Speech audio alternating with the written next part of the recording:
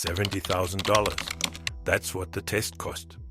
It would eventually cost one company more than $30 billion. With the EPA and the California Air Resources Board, and with all of you, and in my German words, we have totally screwed up. In May of 2014, 4 researchers in West Virginia strapped a measuring rig to the back of a car and drove it onto a public road. They were not hunting for fraud. They were trying to prove that clean diesel worked. What came out of the tailpipe was 35 times the legal limit. In the laboratory, the same car passed every test.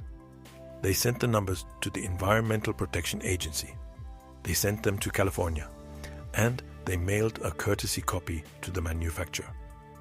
Then 16 months went by, and nothing happened.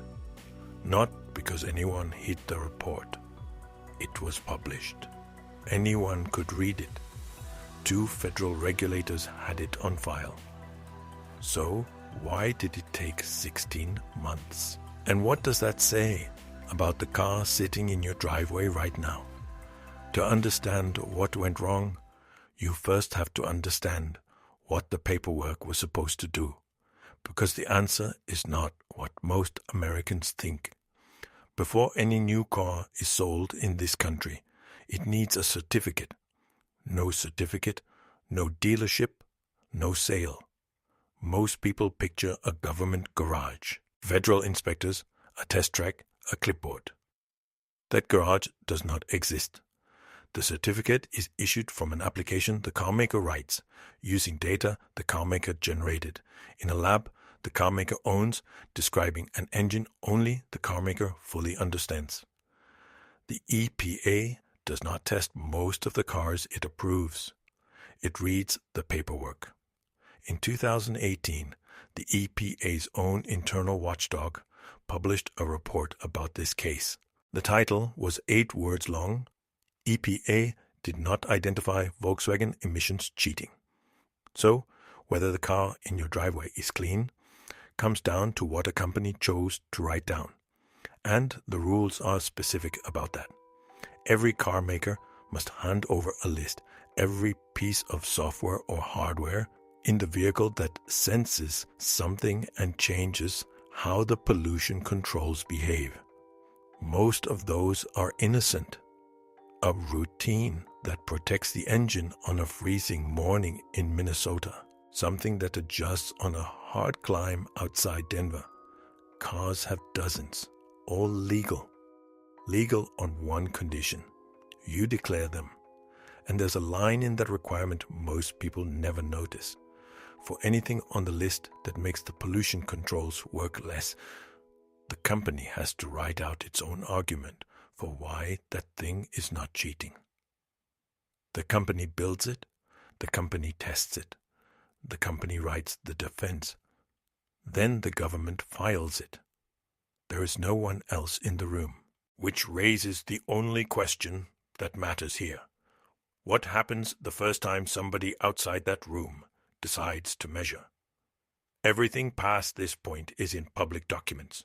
The report, the filings, the sworn testimony. If that's what you want more of, subscribe.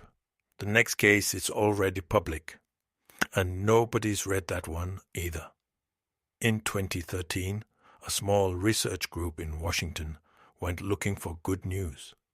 Their fight was in Europe, where diesel cars ruled the road and the air was visibly worse than the paperwork promised. American diesels were held to a stricter standard and seemed to meet it. If American clean diesel was real, that was a weapon. So they hired a lab in West Virginia to prove it. The grant was $70,000. 3 cars, a Volkswagen Jetta, a Volkswagen Passat, a BMW X5. Here is the part that changes the story. The British Parliament later described what those researchers were doing in one sentence. The researchers were not looking for deception. They were testing cars that they believed conformed to strict US emissions standards to demonstrate that cleaner cars were viable in the EU. Nobody was investigating Volkswagen. They were trying to praise it. The team did the one thing the certification process never does. They took the cars outside.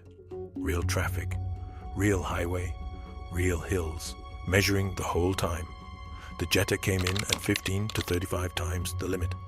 The Passat, 5 to 20. The BMW was clean. 2 of the 3 cars were Volkswagens. The one that passed wasn't. On the 15th of May, 2014, they published. The data went to the EPA. It went to California. And the project lead did one more thing. He mailed a copy to Volkswagen as a professional courtesy.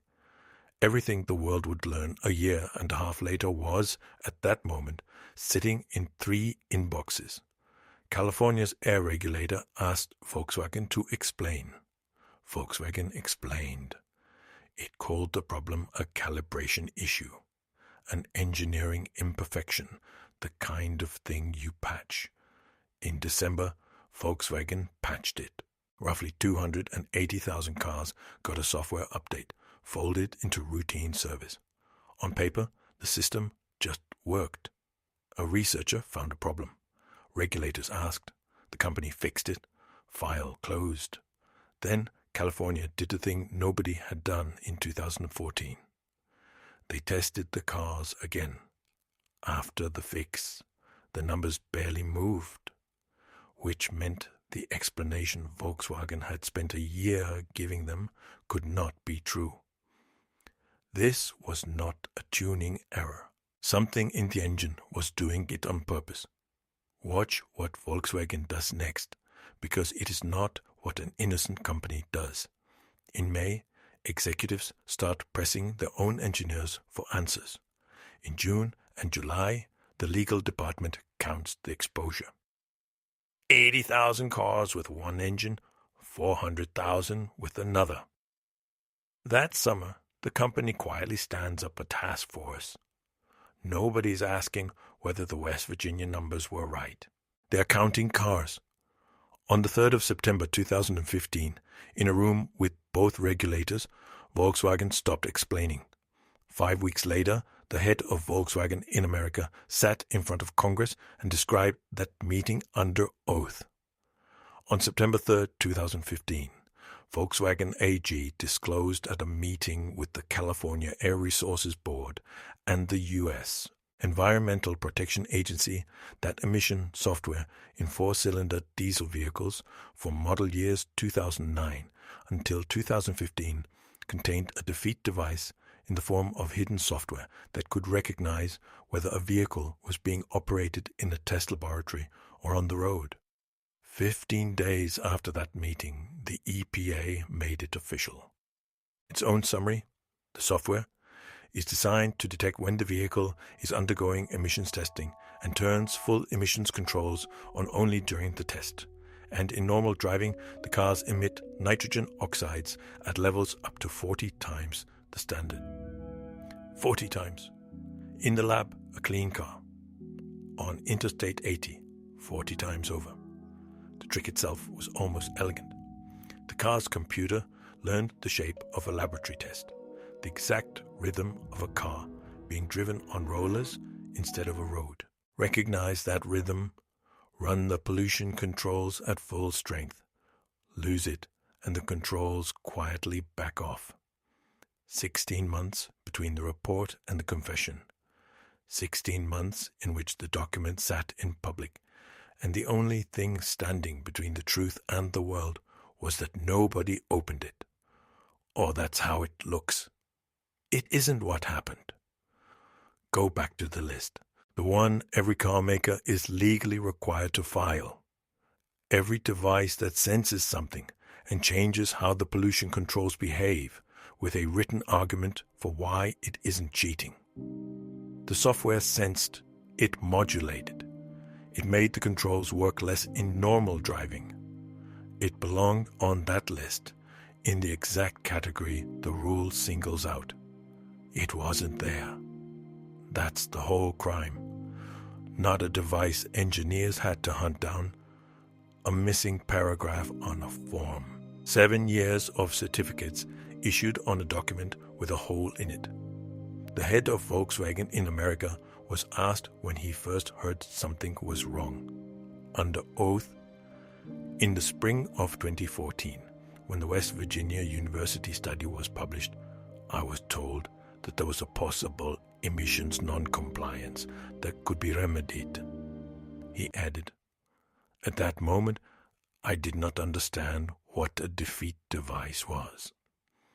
In January of 2017, the Justice Department announced that Volkswagen has agreed to plead guilty to 3 criminal felony counts and pay a $2.8 billion criminal penalty.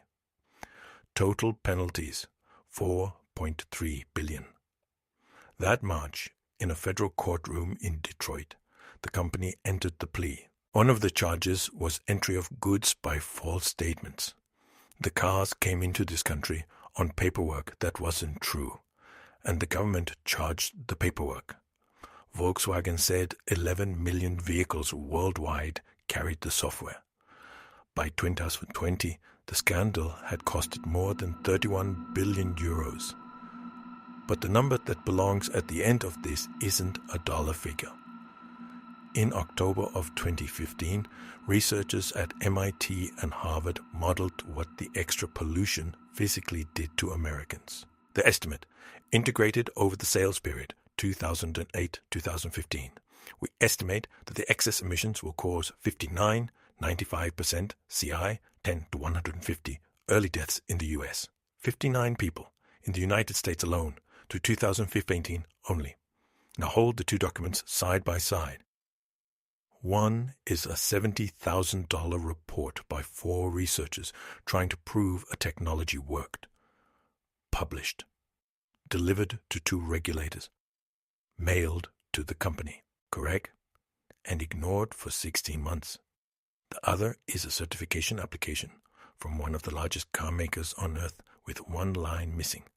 False and accepted for 7 years. That gap isn't bad luck. It's the design. The system was built to process claims, not to catch lies, and the EPA's own watchdog said so in the title of its report. Every new car sold in America today is still certified the same way. The company writes the list. The company writes the defense. Somebody files it. The form hasn't changed. The fraud was never hidden. It was disclosed in the negative. In the paragraph nobody wrote. Every episode of this channel starts the same way. A document that was written, filed, received, and ignored. Enron buried it in a footnote. Theranos put it above a signature line. Boeing deleted it from a manual. Subscribe. The next one is another paper trail that was public the whole time.